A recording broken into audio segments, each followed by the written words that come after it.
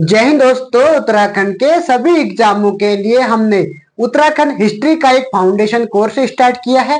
यह आपके सभी एग्जामों के लिए काम आएगा, ठीक है। चाहे वो लोअर पीसीएस वाले हो, चाहे वो पुलिस वाले हो, चाहे फॉरेस्ट गार्ड वाले हैं, पटवारी वाले हैं, किसी भी उत्तराखंड ग्रुप सी का अगर सिलेबस है या उसका पेपर है तो उसके लिए आपके लिए बेस्ट तैयारी हो सकती है, ठीक है। और इसके फ्री में नोट्स भी आपको दिए जा रहे हैं। आप हमारे व्हाट्सएप ग्रुप से जुड़ सकते हैं, जिसका लिंक मैंने डिस्क्रिप्शन बॉक्स में दिया है, ठीक है।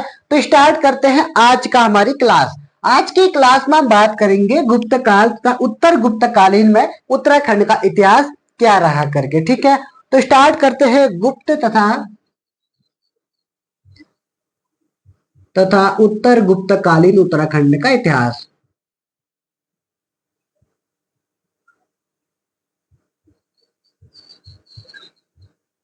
तो इसकी हम बात करेंगे आज की इस क्लास में, ठीक है। गुप्त तथा उत्तर गुप्त कालीन इतिहास। जब गुप्त का शासनकाल चल रहा था तो इनका लगभग 319 से, जो शासनकाल था 319 से लेकर लगभग 647 ईस्वी तक इनका एडी तक, ठीक है, इनका कार्यकाल इतना चलता है, ठीक है। 319 एडी से लेकर 647 एडी तक गुप्तकालीन शासन चलता है। इसमें उत्तराखंड में मेनली दो वंश हमको देखने को मिलते हैं, ठीक है। कौन कौन से वंश मिलते हैं? सबसे पहला मिलता है कर्तिपुर, कार्तिकेयपुर नहीं, कर्तिपुर, कर्तिपुर। और दूसरा मिलता है छांगलेश।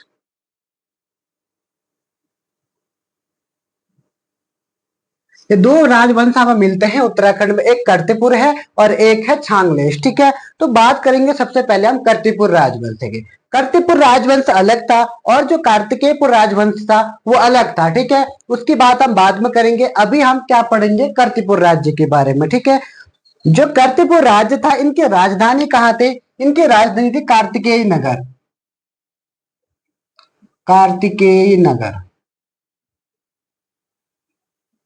इनकी राजधानी आपको याद करनी होगी, ठीक है।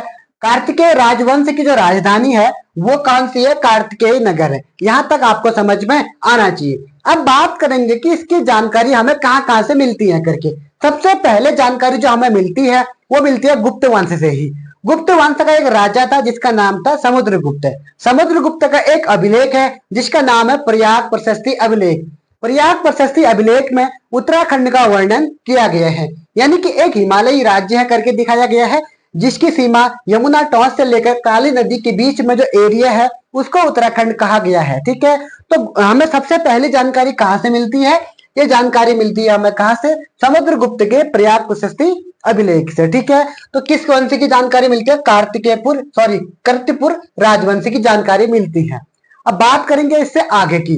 जयशंकर प्रसाद की एक बुक है जिसका नाम क्या है? ध्रुव स्वामिनी, ठीक है। जयशंकर प्रसाद की एक रचना है ध्रुव स्वामिनी। किसकी है? जयशंकर प्रसाद,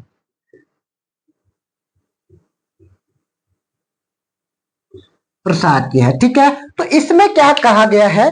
जो था उस समय यहाँ पर जब शासनकाल चल रहा था रामगुप्त का चल रहा था। किसका शासनकाल चल रहा था? रामगुप्त का। गुप्त वंश में रामगुप्त का शासनकाल चल रहा था, ठीक है। तो रामगुप्त की एक बीवी थी, मतलब उसकी वाइफ थी, जिसका नाम था ध्रुव देवी, ध्रुव देवी, ठीक है।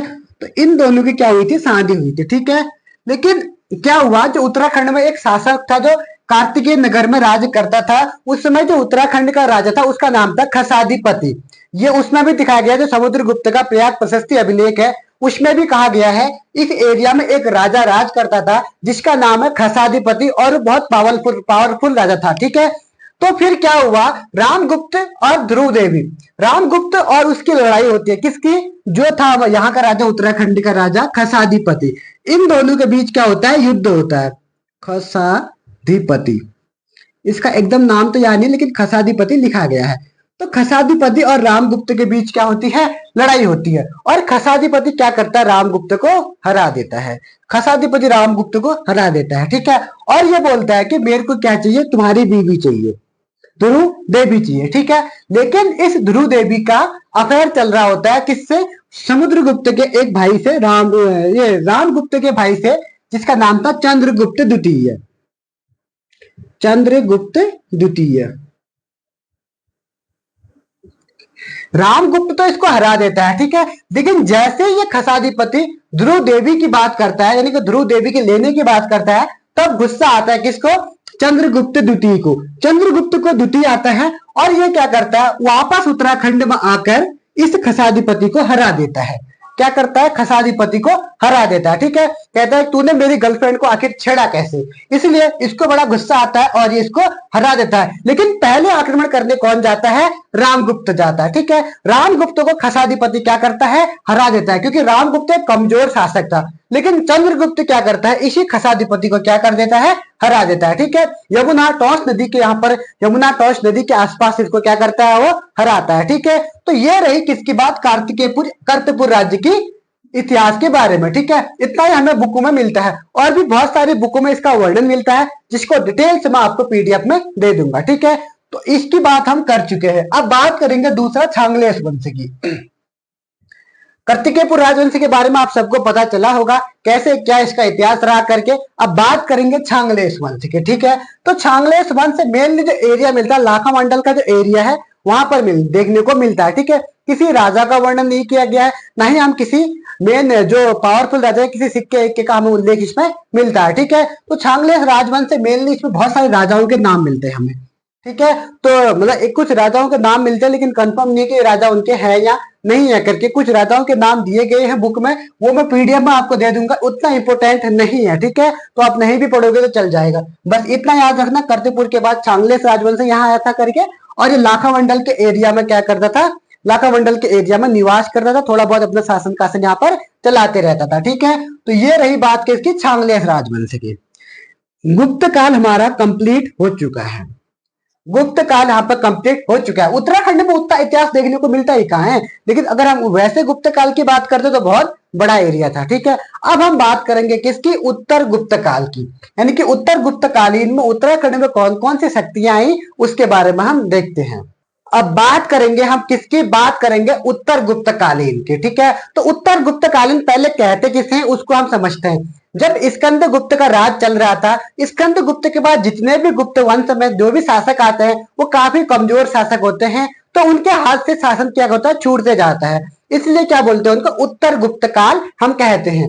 उत्तर गुप्त काल में उत्तराखंड में कौन कौन से राजा आए, कौन कौन सा वंश आया, इसके बारे में हम देखते हैं, ठीक है। स्कंद गुप्त के बाद यहाँ पर राजा आए होंगे, ठीक है। अब स्कंद गुप्त तो गुप्त वंश का पूरा शासक था, लेकिन हमें बात किसकी करनी है? उत्तराखंड की करनी है, ठीक है। तो उत्तराखंड में मेनली यहाँ पर 3 राजा आते हैं। कौन कौन से राजा आते हैं? 3 राजा आते हैं। एक तो आता है सिंहपुर का यदुवंश, नंबर 1 आता है सिंहपुर का यदुवंश, या इसको यादव वंश भी, सिंहपुर का यदुवंश,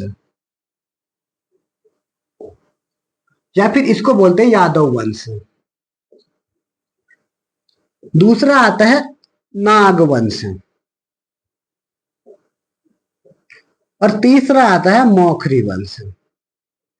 ये 3 राज्य हमारे उत्तराखंड में क्या थे? अस्तित्व में आए थे। कब? उत्तर गुप्त कालीन में, मौखरी वंश। अब हम एक एक करके इनके बारे में पढ़ना स्टार्ट करेंगे। तो सबसे पहले हम पढ़ेंगे किसको? सिंहपुर का यदुवंश, इसके बारे में हम समझेंगे, ठीक है। तो इसके बाद करेंगे, इसमें हमें कुछ चीजें मिलती हैं। सबसे पहले मिलती है राजकुमारी ईश्वरा का अभिलेख। ये कहां से मिलता है? लाखा मंडल से। इनका मेनली शासन का जो समय था वो कहाँ था? वो समय था कौन सा? जो लाखा मंडल का एरिया में, ठीक है। वो टाइम पीरियड था, ठीक है। तो राजकुमारी ईश्वरा का अभिलेख, ये मेनली याद रखना, ठीक है। ईश्वरा का अभिलेख, इसमें क्या क्या मिलता है? इसमें हमें मिली 11 पीढ़ियों, 11 पीढ़ियां तथा 12 शासकों के नाम मिले हैं।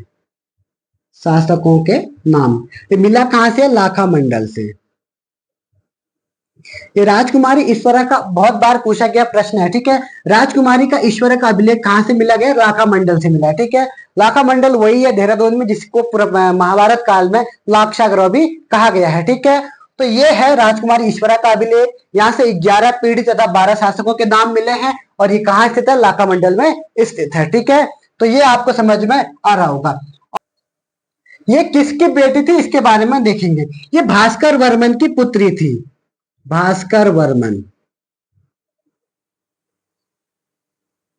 भास्कर वर्मन की पुत्री तथा जालंधर राजकुमार,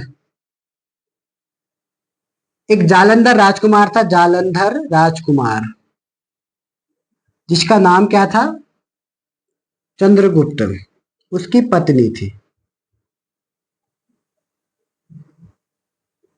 ये दोनों आपको याद होनी चाहिए, ठीक है। ये पूछेगा आपसे प्रश्न।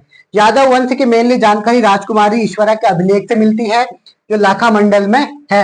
11 पीढ़ियां तथा 12 शासकों के नाम इसमें मिलते हैं। भास्कर वर्मन की पुत्री थी तथा जालंधर राजकुमार चंद्रगुप्त की क्या थी, पत्नी थी। इतना आपकी समझ में आया होगा। जो ये यदुवंश था, इसका जो संस्थापक था वो था सेन वर्मन, सेन वर्मन संस्थापक। चीज याद करना होगा आपको, ठीक है। सेन वर्मन कौन था, संस्थापक। जब इनका अंतिम काल आया, यानी कि जब ये यहाँ से वो भागे, तो ये लोग बंगाल में शिफ्ट हो गए। कहाँ शिफ्ट हो गए, बंगाल में शिफ्ट हो गए। बंगाल चले गए, कौन से, सिंहपुर के यदुवंश, ठीक है। तो इसके बारे में हम देख चुके हैं। तो यदुवंश के बारे में आपको समझ में आ गया होगा। अब बात करेंगे किसकी, नागवंश के बारे में हम देखेंगे, ठीक है। तो नागवंश के बारे में हम देखते हैं। तो स्टार्ट करते हैं नागवंश से, ठीक है। यहां से भी 2-3 प्रश्न बने हैं पेपर में। नागवंश, नागवंश के बारे में हमें जानकारी कहां से मिलती है, पौड़ी या टिहरी के आसपास एक मंदिर है जिसका नाम है सैम मुखेम मंदिर, ठीक है। ये नाग राजा के लिए फेमस मंदिर है। तो ये जो नाग के, हमें उत्तराखंड में जितने भी नागों के मंदिर मिलते हैं, वो इसी नागवंश के क्या दिखे जाते हैं, उसमें इसी का मतलब प्रचार प्रसार देखा गया है। इसी नागवंश की वजह से उत्तराखंड में क्या देखने को मिलते हैं, नाग मंदिर देखने को मिलते हैं, ठीक है। नागवंश की हमें जानकारी बहुत से टॉपिक से मिलती है, यानी कि बहुत से जगहों से इसकी जानकारी हमें मिलती है। तो नागवंश की जो मुख्य जानकारी है हमें मिलती है गोपेश्वर के त्रिशूल लेख से। गोपेश्वर त्रिशूल लेख, गोपेश्वर त्रिशूल लेख से हमें क्या मिलती है, नागवंश की जानकारी मिलती है, ठीक है। तो इसमें हमें 4 नाग राजाओं के नाम मिलते हैं। वो कौन कौन से 4 नाग है, सॉरी, वो कौन कौन से 4 नाग राजा हैं, उनके बारे में हम देखते हैं, ठीक है। तो सबसे पहले कौन सा है, स्कंद नाग, स्कंद नाग। दूसरा है विभु नाग।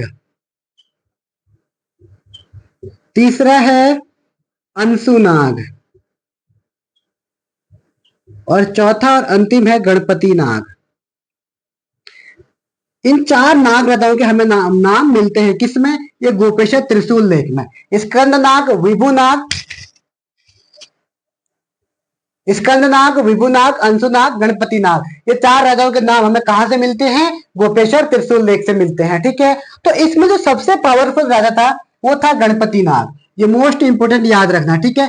4 राजाओं में सबसे जो पावरफुल राजा था वो कौन था, गणपति नाग था। तो आपसे ऐसे प्रश्न बनेगा, जो गोपेश्वर त्रिशूल लेख में जो 4 नाग राजाओं के नाम दिए गए हैं, उसमें जो सबसे प्रतापी शासक कौन था, उसका नाम था गणपति नाग, ठीक है। आपने उत्तराखंड में बहुत सारी जगहों का नाम देखा होगा, जैसे बेनी नाग, बेरी नाग, ये सब इसी नाग राजाओं, इस नाग वंश का प्रभाव हमें देखने को मिलता है, ठीक है। तो नाग वंश में मेनली आपको इतना याद करना है, गोपेश्वर त्रिशूल लेख में से 4 नाग राजाओं के नाम मिलते हैं, इन चारों के नाम आपको याद कर देना है, ठीक है। तो अब बात करेंगे किसकी, मौखरी वंश की। किसकी करेंगे, मौखरी वंश की।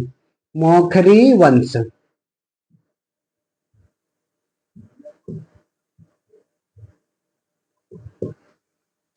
ध्यान से देखिएगा मौखरी वंश के बारे में, ठीक है। तो मौखरी वंश का मेनली जो टॉपिक है, ये मौखरी वंश का जो संस्थापक था वो पुष्यभूति वर्धन था। कौन था, पुष्यभूति वर्धन। इसका संस्थापक या वर्धन वंश भी इसको हम कहते हैं। पुष्य संस्थापक कौन था, पुष्यभूति वर्धन, पुष्यभूति वर्धन। इसके 3 बच्चे थे। कौन से 3 बेटे, 2 बेटे और एक क्या इसका बेटी थी, ठीक है। इसके 3 बच्चे थे। कितने, 3 बच्चे। एक का नाम था हर्षवर्धन, एक का नाम था राजवर्धन, और एक इसकी बेटी थी जिसका नाम था राजश्री, ठीक है।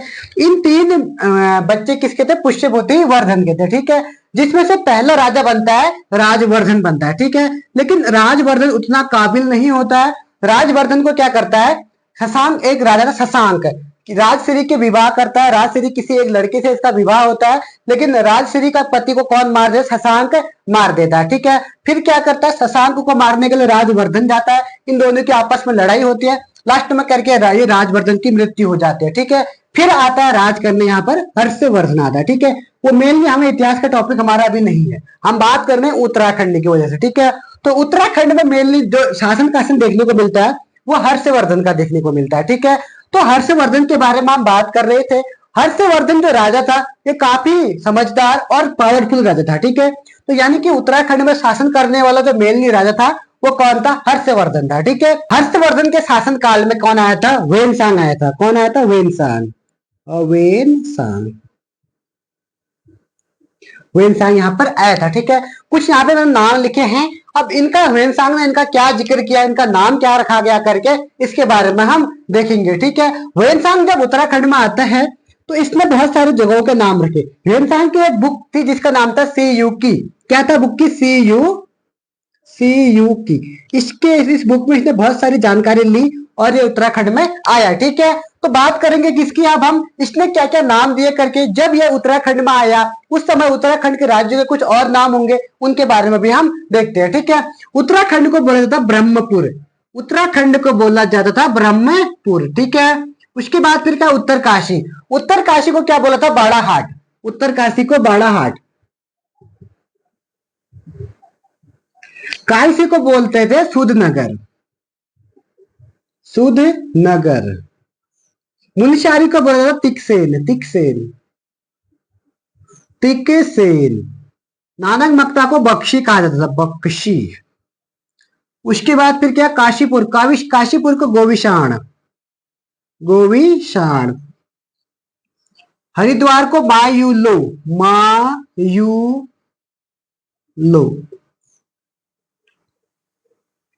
हिमालय राज्य को अभी पोली ही, मो यू लो,